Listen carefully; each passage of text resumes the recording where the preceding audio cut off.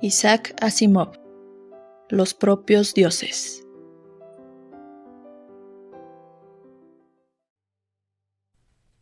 Hola a todos, bienvenidos a un nuevo capítulo de Audiolibros Betancourt. Estoy muy feliz de que estén aquí. Quiero hacer agradecimientos, en especial a mi amigo Dante. Gracias por escuchar. Gracias por dejar tu comentario, por adentrarte en esta increíble historia que nos dejó Isaac Asimov. De igual forma, quiero agradecer a Víctor Gamboa 1708 por su comentario en el capítulo 1. También quiero agradecer a Rodolfo Gabriel Dondo 7249. Muchas gracias por tu comentario. A el GigaChat, que ha estado presente en cada uno de nuestros capítulos de esta historia de los propios dioses. Gracias. También quiero agradecer a Jonastle1 por su apoyo. Gracias a todos ustedes por su presencia en cada uno de los capítulos de este audiolibro. Espero que lo estén disfrutando. Pónganse cómodos, relájense y déjense llevar por esta historia.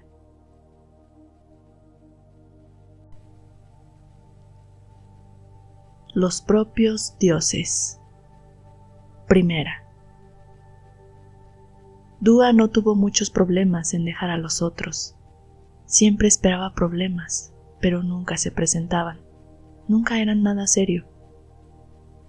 Al fin y al cabo, ¿por qué habían de serlo?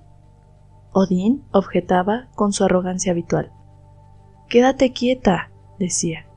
«Sabes que molestas a Trid». Odín nunca hablaba de sus propias molestias. Los racionales no se molestaban por cosas banales. Sin embargo, se preocupaba por Trid casi con tanta persistencia como Trid se preocupaba por los niños. Pero, en cambio, Odín siempre le permitía a ella hacer su voluntad. Si insistía lo bastante e incluso intercedía en su favor con Trid, a veces llegaba a admitir que estaba orgulloso de su capacidad, de su independencia. No era un mal lado izquierdo, pensaba Dúa con cierto afecto. Trid era más difícil de manejar, y la miraba con acritud cuando ella era, cuando era como deseaba ser. Pero los lados derechos eran siempre así. Para ella, Trid era un lado derecho, pero un paternal para los niños, y estos siempre tenían precedencia, lo cual le convenía, pues siempre podía contar con uno de los niños para que se los llevasen cuando la situación se ponía incómoda. Pese a todo, Dúa no prestaba mayor atención a Trid. Exceptuando la fusión, tendía a ignorarle. Odín era distinto.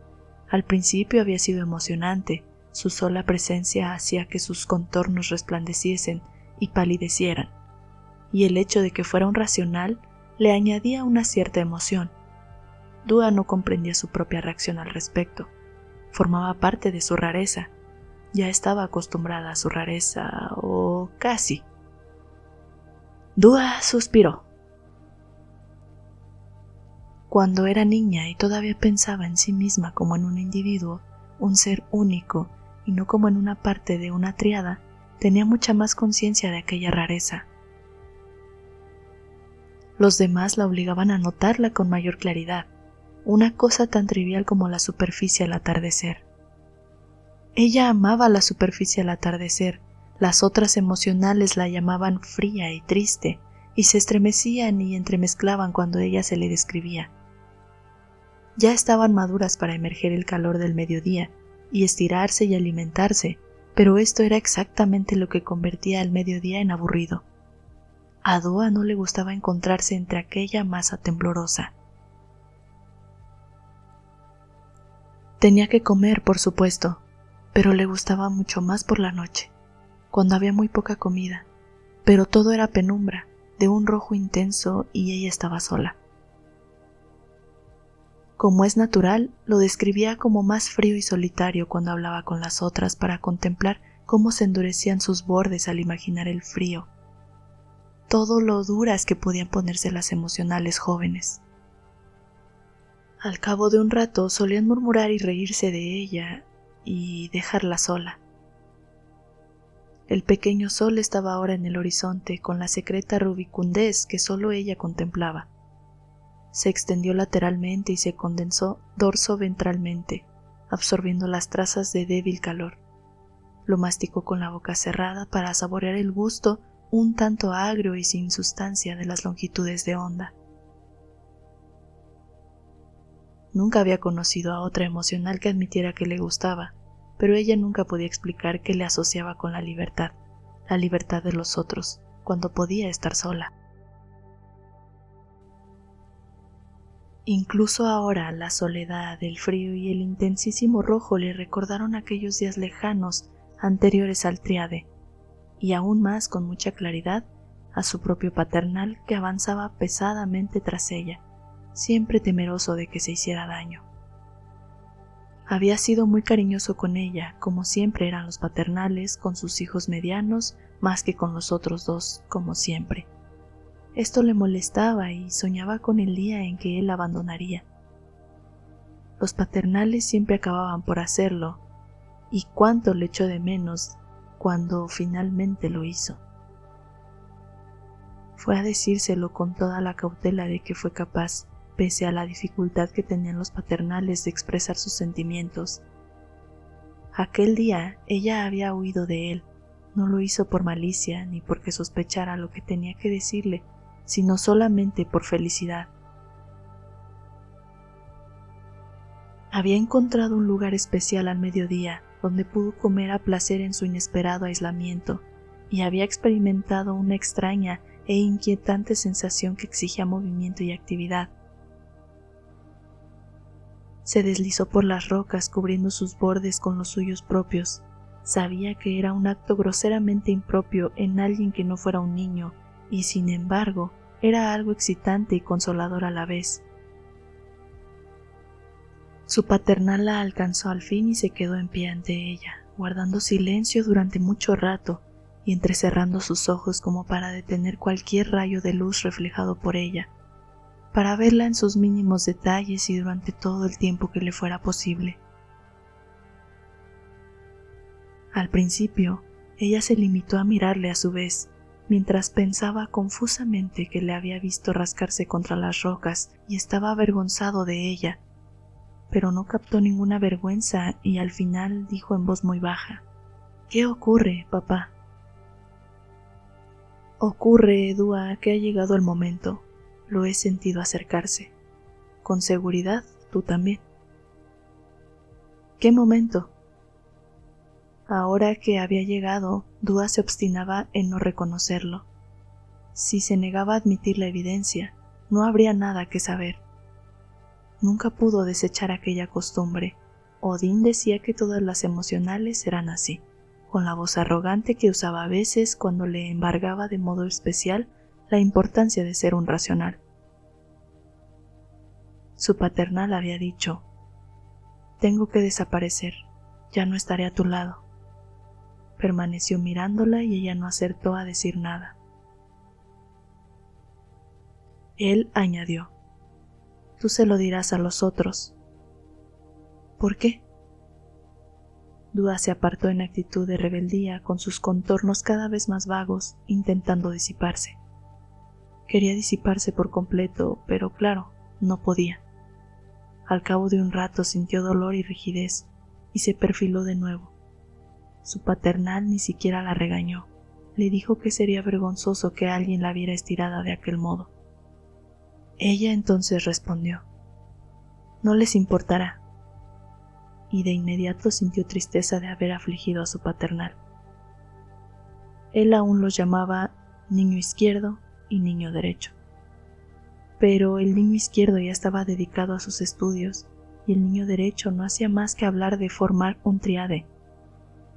Dúa era la única de los tres que aún sentía, bueno, era la más joven. Las emocionales siempre lo eran, y su caso era distinto. Su paternal solo dijo: «De todos modos, tú se lo dirás». Y quedaron mirándose mutuamente. Ella no quería decírselo, ya no tenía ninguna intimidad, había sido diferente cuando todos eran pequeños. En aquella época casi no existía diferencia entre ellos, entre el hermano izquierdo, el hermano derecho y la hermana mediana. Todos eran peludos y se entremezclaban y atravesaban entre sí y se ocultaban en las paredes.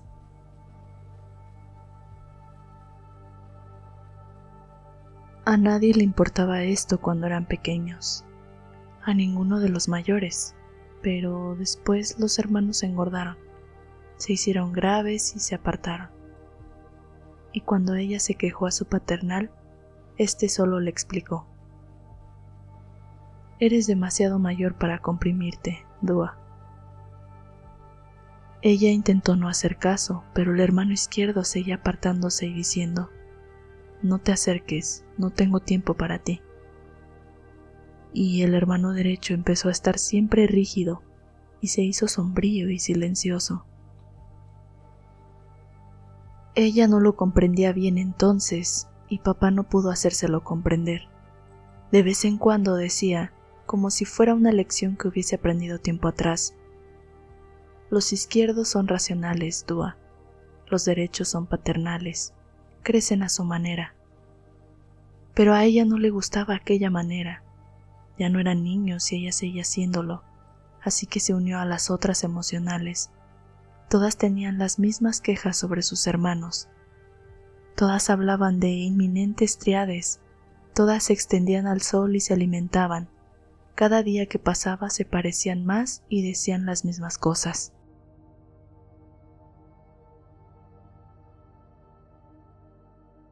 Y ella terminó por detestarlas y por irse sola siempre que podía, y ellas la dejaron y la llamaron Izquierdo. Ahora hacía mucho tiempo que no oía aquel mote, pero siempre que lo recordaba volvía a escuchar las voces finas y bruscas que la interpelaban con una especie de estúpida persistencia, porque sabían que le hacían daño. Pero su paternal continuó interesado en ella incluso cuando debió enterarse de que era objeto de la burla general. Intentó a su torpe manera protegerla de los demás. A veces la seguía a la superficie, aunque él la odiaba para asegurarse de que estaba a salvo. Una vez la sorprendió hablando con un ser duro. Era difícil para un paternal hablar con un ser duro. A pesar de ser muy joven, ella lo sabía. Los seres duros solo hablaban con los racionales. Ella se asustó mucho y se alejó, pero no antes de que oyera decir a su paternal: «La cuido muy bien, señor Duro». ¿Era posible que el señor Duro hubiese preguntado por ella? Tal vez a propósito de su rareza, pero su paternal no se justificó. Incluso ante el ser duro había mencionado su cariño por ella. Dúa experimentó un secreto orgullo, pero ahora él se iba y de repente toda la independencia que Dúa había esperado tanto perdió su atractivo y se transformó en una punzante soledad. Preguntó: «Pero, ¿por qué tienes que desaparecer?». «Es preciso, pequeña mediana querida». Era preciso. Ella lo sabía. Todo el mundo tenía que desaparecer un día u otro. Llegaría un día en que también ella tendría que suspirar y decir: «Es preciso». Pero, ¿cómo sabes cuándo has de desaparecer? Si puedes elegir el momento, ¿por qué no eliges otro y te quedas por más tiempo? Él dijo: «Tu padre izquierdo lo ha decidido. El triade debe hacer lo que él dice. ¿Por qué debéis obedecerle?». Dúa casi no veía nunca a su padre izquierdo o a su madre mediana. Ya no contaban, solo su padre derecho, su paternal, su papá, que tenía ahora ante ella, achatado y con su superficie plana. No tenía las curvas suaves de un racional o el temblor irregular de una emocional, y ella siempre adivinaba lo que iba a decir, casi siempre. Estaba segura de que diría: «No puedo explicarlo a una pequeña emocional». Y él lo dijo. Dúa replicó sumamente afligida: «Te echaré de menos. Sé que piensas que no te hago caso y que no te quiero porque siempre me prohíbes hacer cosas. pero yo prefiero que te quedes y que sigas prohibiéndome hacer cosas a que te vayas y no me prohíbas nada. Papá permaneció inmóvil. No tenía otro medio de responder a un arranque como aquel que no fuera acercarse y sacar una mano. Le costó un visible esfuerzo, pero le sacó temblando y sus contornos se hicieron ligeramente suaves. Dúa exclamó: «¡Oh, papá!». Dejó fluir su propia mano alrededor de la de él, que se hizo nebulosa y resplandeciente gracias a la sustancia de Dúa, pero ella, con gran cuidado, evitó tocarla, porque esto hubiera turbado mucho a su paternal. Entonces él retiró la mano de modo que dejó la de ella rodeando el vacío y dijo: «Recuerda a los seres duros, Dúa. Ellos te ayudarán. Yo me voy». Se marchó y ella no volvió a verle jamás. Ahora se encontraba allí, en la penumbra del ocaso, recordando y pensando con rebeldía que muy pronto Trid se pondría petulante a causa de su ausencia y regañaría a Odín. Y tal vez entonces Odín le recordaría sus deberes, pero no le importaba.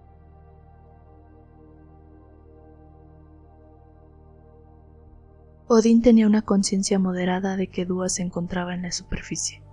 Sin pensar realmente en ello, podía juzgar su dirección e incluso algo de su distancia. Si se hubiera detenido a pensarlo, habría sentido disgusto, porque hacía tiempo que esta conciencia interior le estaba fallando, y sin estar seguro de la causa, le embargaba una sensación de cumplimiento. Era lo que tenía que ser, el signo del creciente desarrollo del cuerpo con la edad. La conciencia interior de Trid no disminuía, pero se inclinaba cada vez más hacia los niños. Evidentemente aquello era la pauta del desarrollo útil, pero el papel de paternal, por importante que fuese, en cierto modo era sencillo. El racional era mucho más complejo, y este pensamiento producía a Odín una vaga satisfacción. Como es natural, Dúa constituía el verdadero problema. No se parecía a ninguna otra emocional. Esto desorientaba y frustraba a Trid, reduciéndolo a un silencio aún más acentuado. A veces también desorientaba y frustraba a Odín, pero éste comprendía la infinita capacidad de Dúa para infundir alegría de vivir, y no parecía probarle que lo uno fuese independiente de lo otro. La exasperación ocasional que causaba era un precio insignificante para pagar la intensa felicidad. Y tal vez el extraño modo de vivir de Dúa era asimismo parte de lo que tenía que ser. Los seres duros parecían interesados por ella, y en general solo hacían caso a los racionales. Esto enorgullecía a Odín. Era mucho mejor para el tríade que incluso el emocional fuese digno de atención. Las cosas eran como tenían que ser. Era la seguridad lo que más necesitaba sentir siempre, hasta el final. Incluso un día sabría cuándo sería el momento de desaparecer, y entonces lo desearía. Los seres duros se lo habían asegurado, como lo aseguraban a todos los racionales, pero también le dijeron que sería su propia conciencia interior la que marcaría el momento de manera inconfundible y no cualquier advertencia que le llegase del exterior.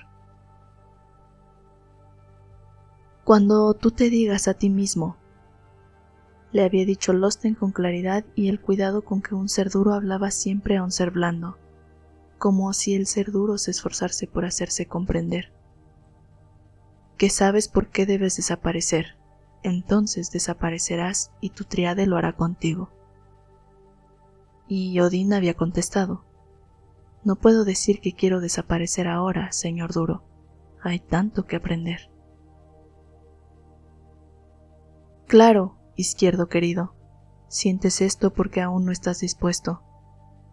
Odín pensó: ¿cómo podré estar dispuesto alguna vez si nunca pensaré que no queda nada por aprender? Pero no lo dijo. Estaba seguro de que llegaría el momento y entonces lo comprendería. Se miró a sí mismo, casi olvidándose y sacando un ojo fuera para verse. Habla siempre impulsos infantiles, incluso en el más adulto de los más grandes racionales. No tenía necesidad de hacerlo, por supuesto. Podía captarlo todo muy bien con el ojo sólidamente encajado en su sitio y se encontró en estado satisfactorio. Contorno firme y bien formado, suave y curvado en ovoides graciosamente articulados. Su cuerpo no tenía el resplandor extrañamente atractivo de Dua, ni la consoladora gordura de Trid. Los amaba a los dos, pero no hubiera cambiado su cuerpo por ninguno de los de ellos, y tampoco, por supuesto, su mente. Nunca lo diría, claro, porque no quería herir sus sentimientos, pero nunca dejaba de alegrarse de no tener la limitada comprensión de Trid, o todavía más, la excéntrica de Dua. Suponía que a ellos no les importaba, porque no conocían otra manera de ser.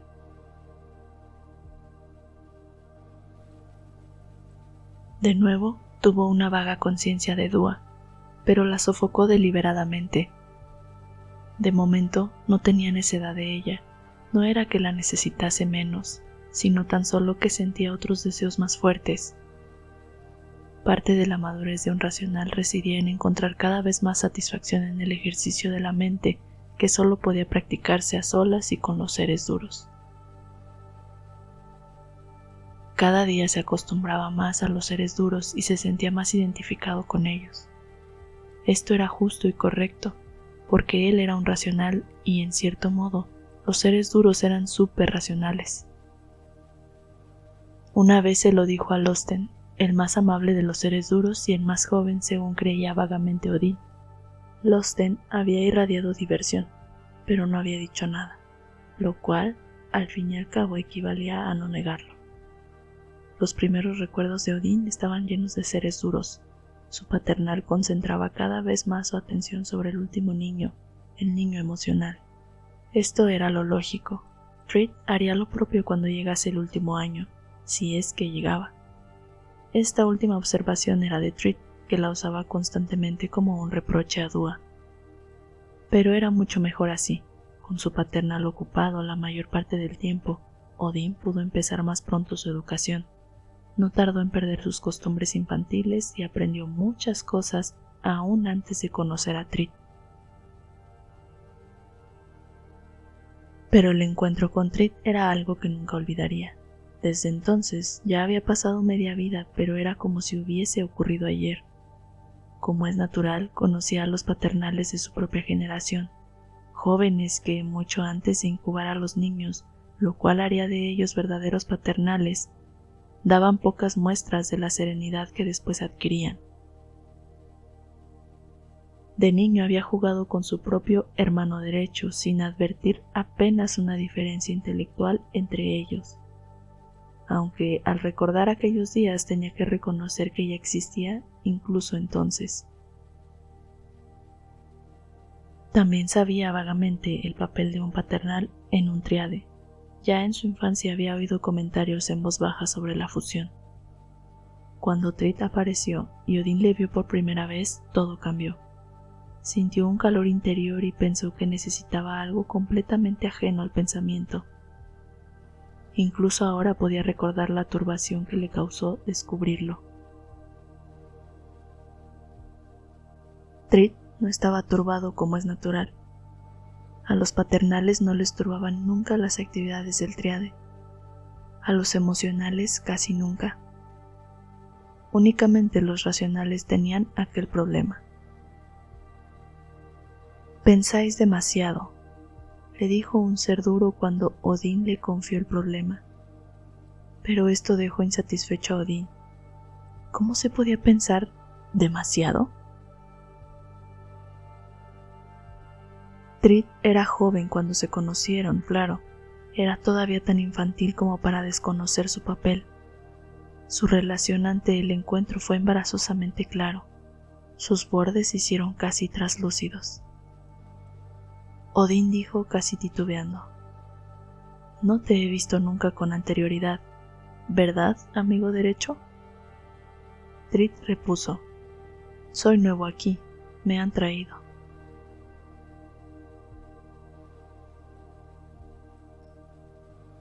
Ambos sabían exactamente lo sucedido. El encuentro había sido organizado porque alguien, Algún paternal, pensó Odín entonces, pero luego supo que había sido un ser duro. Pensaba que se compenetrarían, y este pensamiento era correcto. No existía entre ambos una afinidad intelectual, naturalmente. ¿Cómo podía existir cuando Odín quería aprender con una intensidad que lo excluía todo? Aparte de la formación del triade, y Trid carecía incluso del concepto de la instrucción. Lo que Trid tenía que saber, él ya lo sabía más allá de la erudición de la ignorancia. Odín, excitado por el descubrimiento del mundo y de su sol, de la historia y del mecanismo de la vida, de todos los misterios del universo, a veces, durante los comienzos de su vida en común, se sorprendía hablando de ello a Trid. Trid escuchaba con placidez, sin comprender nada, pero satisfecho de estar escuchando, mientras Odín, sin transmitir nada, estaba igualmente contento de disertar. Fue Trid quien inició el acercamiento, impulsado por sus especiales necesidades. Odín hablaba de lo que había aprendido aquel día, después de la comida del mediodía. Su sustancia más espesa absorbía la comida con tanta rapidez que les bastaba un sencillo paseo por el sol, mientras que las emocionales tomaban el sol durante horas, enroscándose y adelgazándose como para prolongar la tarea de modo deliberado. Odín, que siempre ignoraba las emocionales, se sentía muy feliz de estar hablando. Trid, que los miraba con fijeza y en silencio, día tras día mostraba ahora una visible agitación. De repente se acercó a Odín y formó un apéndice con tanta rapidez que chocó de modo muy desagradable con el área sensitiva de su compañero. Odín había hecho cosas así cuando era niño, naturalmente, pero nunca desde su adolescencia. El apéndice de Trid se quedó fuera tanteando. «Quiero hacerlo». Odín se mantuvo tan compacto como pudo. «Yo no lo quiero». «¿Por qué no?», preguntó Trid con urgencia. «No es nada malo», Odín dijo. «Vamos, Trid, necesitamos a una emocional para hacerlo como es debido. No puedes negar la evidencia». Trid contestó. «Consigamos a una emocional». «Consigamos a una emocional». Los primitivos impulsos de Trid nunca le daban opción a nada que no fuese la acción directa. Odín no estaba seguro de poder explicar a Trid las complejidades de la vida. «No es tan fácil, lado derecho», empezó con suavidad. Trid replicó ásperamente. «Los seres duros pueden hacerlo, tú eres amigo de ellos, pídeselo». Odín se horrorizó.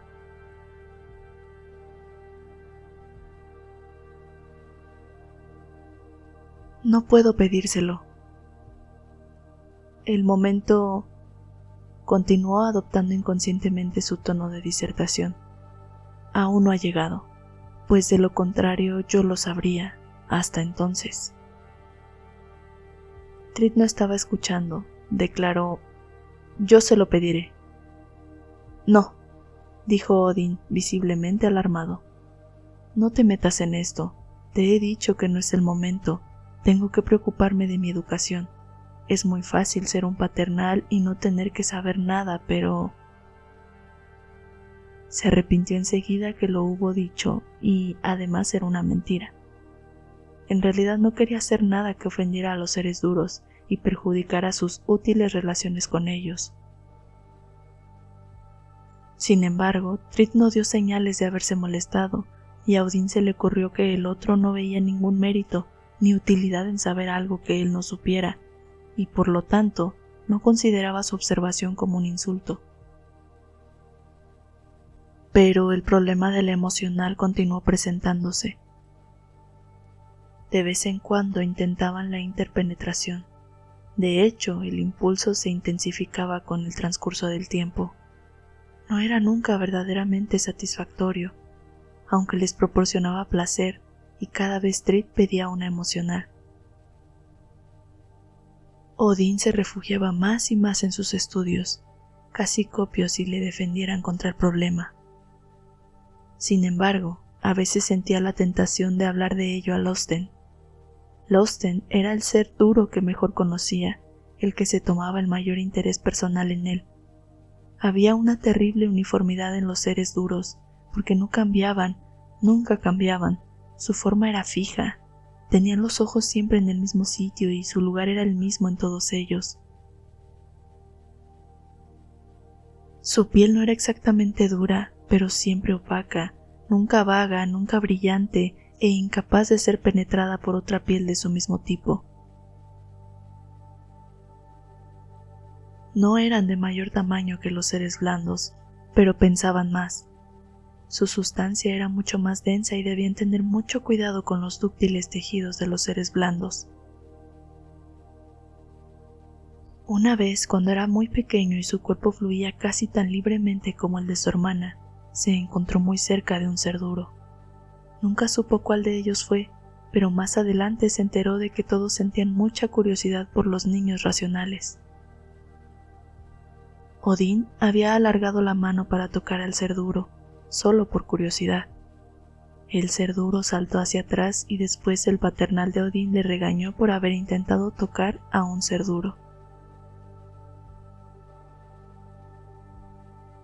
La reconvención fue tan severa que Odín no la olvidó nunca. Cuando fue mayor supo que los átomos compactos de los tejidos del ser duro sentían dolor al ser penetrados con fuerza por los demás. Odín se preguntó si el ser blando también sentiría dolor. En una ocasión, otro racional joven le contó que había chocado contra un ser duro y que éste se retorció. Aunque él no sintió nada, pero Odín no tenía la certeza de que esto no fuera una bravata melodramática. Había otras cosas que no podía hacer. Le gustaba restregarse contra las paredes de la caverna. Experimentaba una sensación agradable y cálida cuando penetraba la roca. Los niños siempre lo hacían, pero era más difícil para los mayores. Así y todo, lo podía ver con la piel y gustaba, pero su paternal le sorprendió y le reconvino.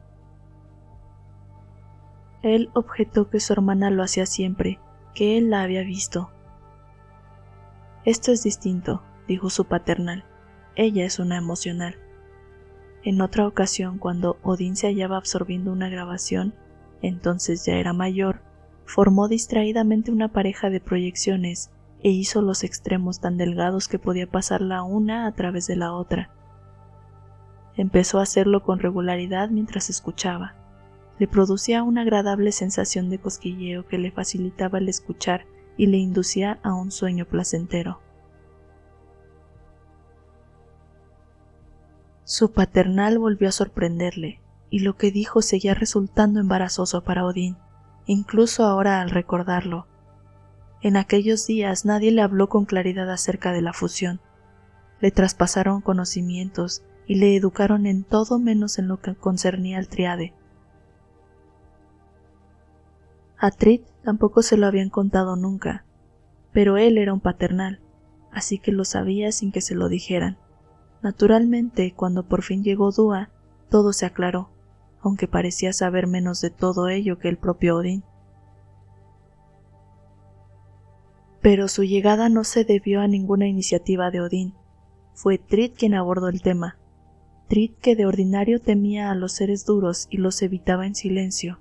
Trid, que carecía de la seguridad de Odín en todo menos a este respecto. Trid, que en esa cuestión era audaz por instinto. Trid, Trid, Trid. Odín suspiró. Trid estaba invadiendo sus pensamientos, porque Trid se le acercaba. Podía sentirle, brusco, exigente, siempre exigente. En estos días, Odín disponía de muy poco tiempo para sí mismo, precisamente cuando más creía necesitarlo, para ordenar todos sus pensamientos. «Dime, Trid», dijo.